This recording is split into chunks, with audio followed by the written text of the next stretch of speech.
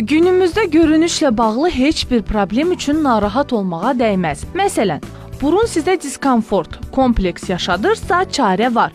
Özü də xaricdə yox, elə ölkəmizdə, Lor Hospitalda. Tibb ocağında burun əməliyyatı yüksək peşəkarlıqla həyata keçirilir. Pərviz Aslanov bu haqda daha geniş məlumat verdi.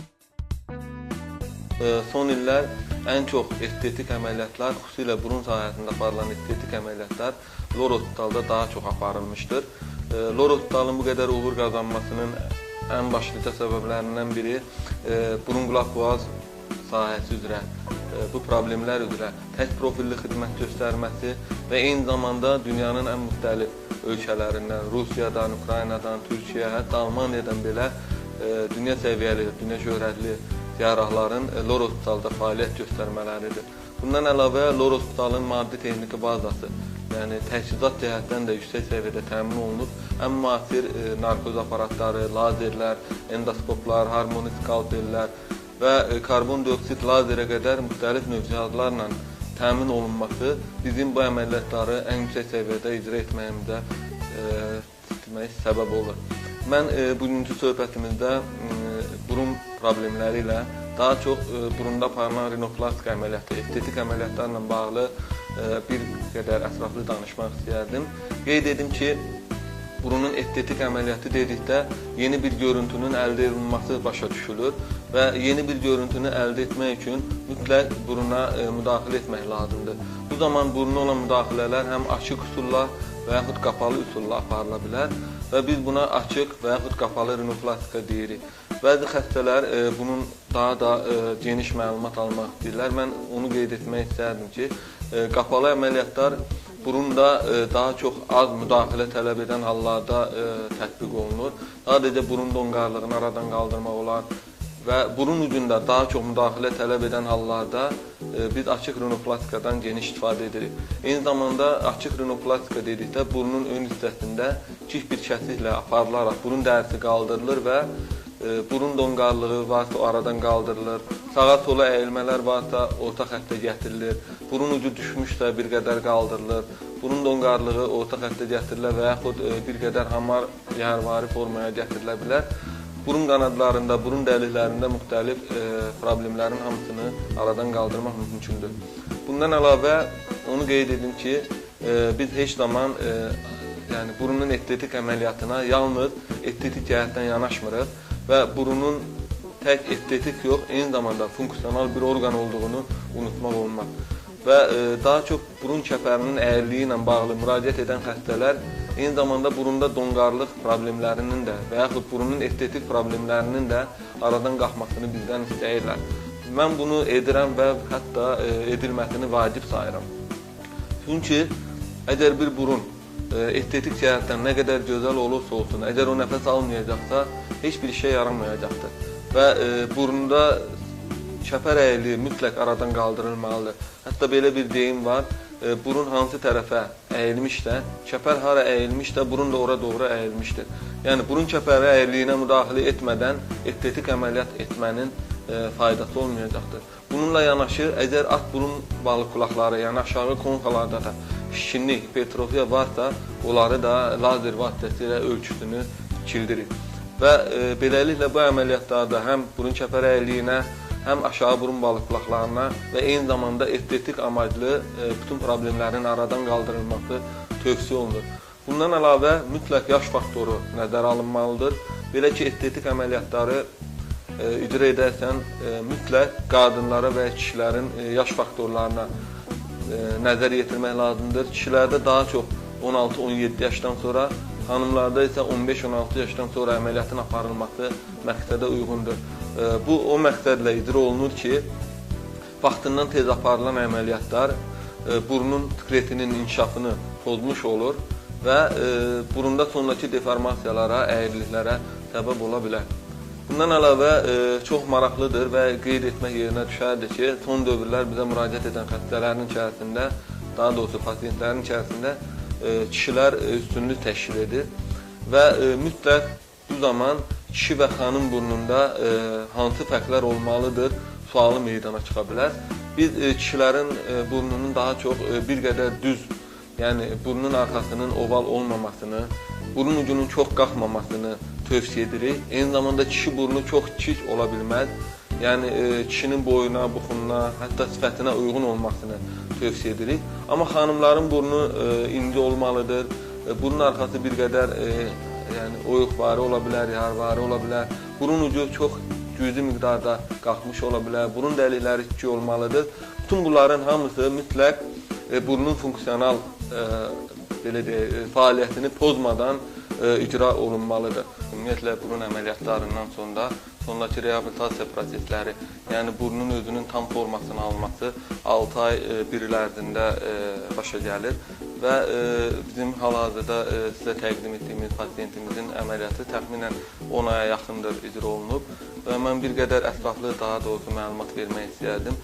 Yeri gəlmişkən biz əməliyyatlardan öncə mütləq bütün pasiyentlərimizi müayinə edirik.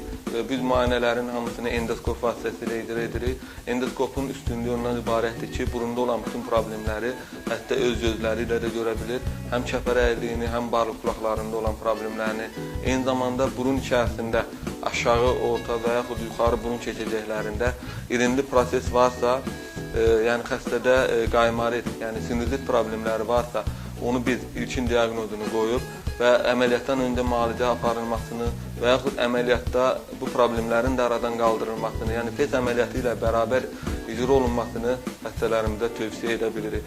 Mən ilk öncə burnun daxili quruluşunu da, əgər tamaşaçılarımıza yəqin ki, maraqlı olaraq onu göstərmək istəyərdim.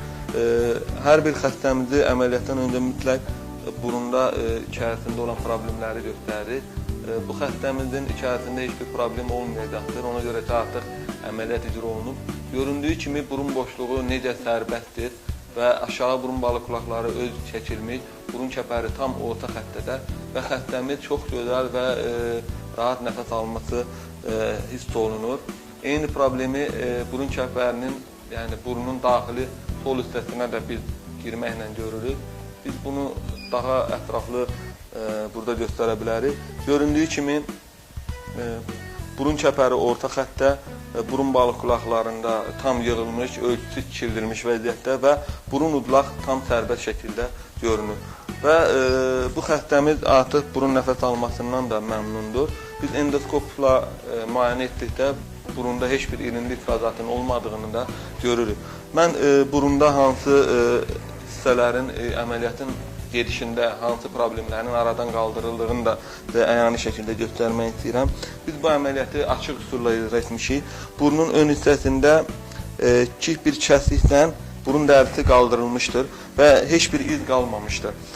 Yan profildən baxdığımızda və bir qədər öncə vurğuladığım kimi burun donqarlığı aradan qaldırılmış, burun bir qədər yərvari formaya gətirilmiş. Diqqətlə fikir versin xüsusilə xanımlarımız, burun ucu çox qalxmamışdır.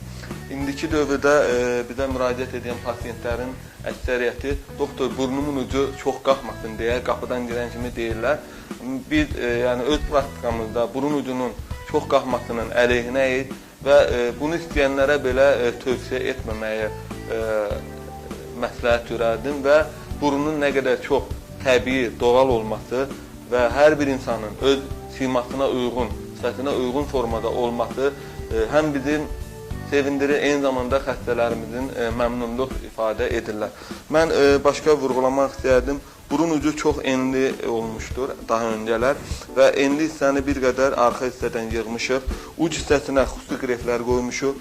Burnun yan hissələri də enli olduğunda biz onu içərdən yox, köl hissədən perkutan osteotomiya deyərək icra etmişik. Göründüyü kimi burada da heç bir kəsik yoxdur və bu burunun xəstəmizin, pasiyentimizin simasına nə qədər uyğun olduğunu biz belə deyək, qəbul edə bilərik.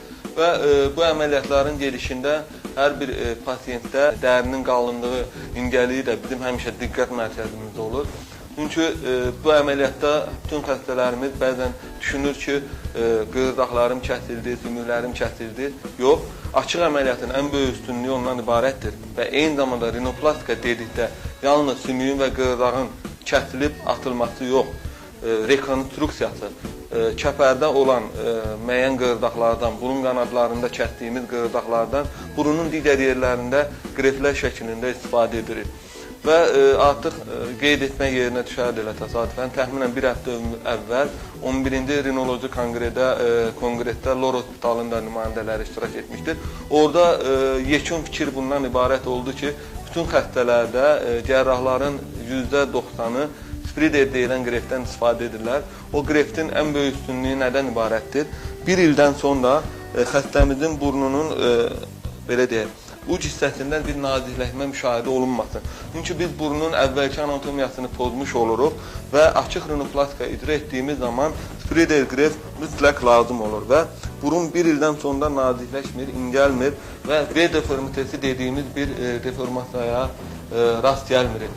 Qeyd etmək yerinə düşərdi ki, eyni zamanda biz bu əməliyyatları icra edərkən heç bir tampondan istifadə etmirik, hazır burun borularından istifadə edirik. Bundan əlavə burunda istifadə etdiyimiz dişlər, saplar demək olar bədən üçün tam uyğundur.